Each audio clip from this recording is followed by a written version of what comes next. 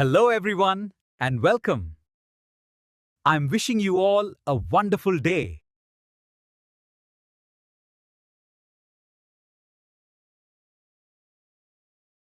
ప్రపంచ చరిత్రలోనే అత్యంత ప్రసిద్ధ గ్రంథాల్లో ఒకటైన బైబిల్ దాని మొదటి పదంలోనే ఒక పెద్ద ప్రవచనాన్ని దాచిపెట్టిందా? ఈరోజు మనము ఆదికాండంలోని మొదటి వాక్యం వెనుకున్న ఆ రహస్యమేంటో చూడబోతున్నాం. ఆదియందు దేవుడు భూమ్యాకాశములను సృజించెను.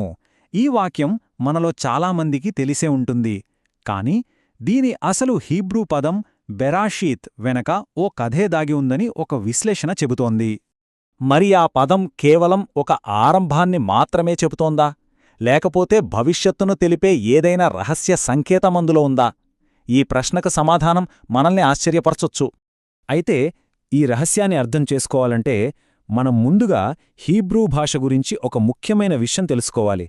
అదేంటంటే దాన్ని కుడినుంచి ఎడమకు చదువుతారు. అంతేకాదు, ప్రాచీన హీబ్రూలో ప్రతి అక్షరానికి ఒక చిత్రంలాంటి సంకేత అర్థం కూడా ఉండేది. ఈ బెరాషిత్ అనే పదం 6 హీబ్రూ అక్షరాలతో ఏర్పడింది. బెట్, రేష్, ఆలెఫ్, షిన్, యోద్ మరియు టౌ. చిత్రంగా ఏంటంటే ప్రతి అక్షరానికి ఒక ప్రత్యేకమైన సంకేతార్థం ఉంది. ఈ అర్థాలన్నిటినీ కలిపితే ఒక ఊహించని సందేశం బయటపడుతుంది. కుడినుంచి మొదలుపెడితే మొదటి అక్షరం బెట్, దీని చిత్ర సంకేతం గుడారం.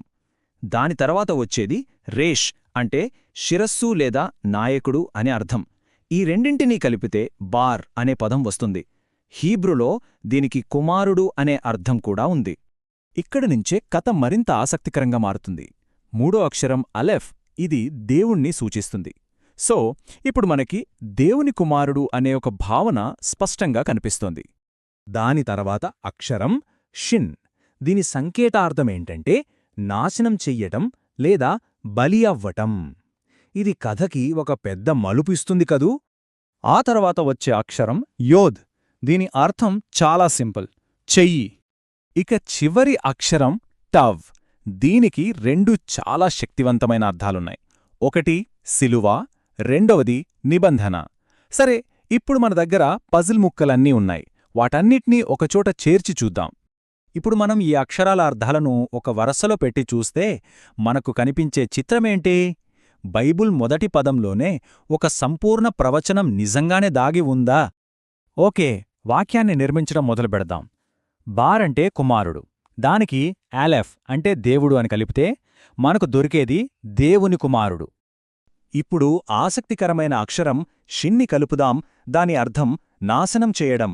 దాంతో వాక్యం ఇలా మారుతుంది: దేవుని కుమారుడు నాశనం చేయబడతాడు. కాని ఎలా? ఎవరి ద్వారా? చివరిగా యోద్ అంటే చెయ్యి, టావ్ అంటే శిలువ. అన్నిటినీ కలిపితే మనకు ఈ పూర్తి వాక్యం వస్తుంది. దేవుని కుమారుడు తన స్వహస్తాలతో శిలువపై నాశనం చేయబడతాడు. ఆలోచించండి, ఈ సందేశం మొత్తం ఆదికాండం మొదటి పదంలోనే దాగి ఉంది. కాని ఆగండి, కథ ఇక్కడతో అయిపోలేదు. ఈ ఒక్క పదంలోనే ఇంకా లోతైన అర్థాలు కూడా దాగి ఉన్నాయనంటారు. ఆ పదం లోపలే మరికొన్ని చిన్న పదాలున్నాయి. అవి ఈ కథకు మరింత క్లారిటీ ఇస్తాయి.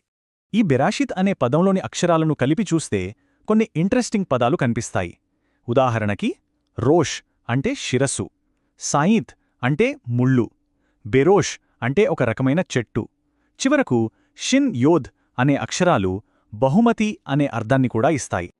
సో ఇప్పటివరకు మనం చూసిన వాక్యాన్ని, ఇప్పుడు దొరికిన ఈ కొత్త పదాల్ని అన్నింటినీ కలిపితే ఆ పూర్తి సందేశం ఎలా ఉంటుంది?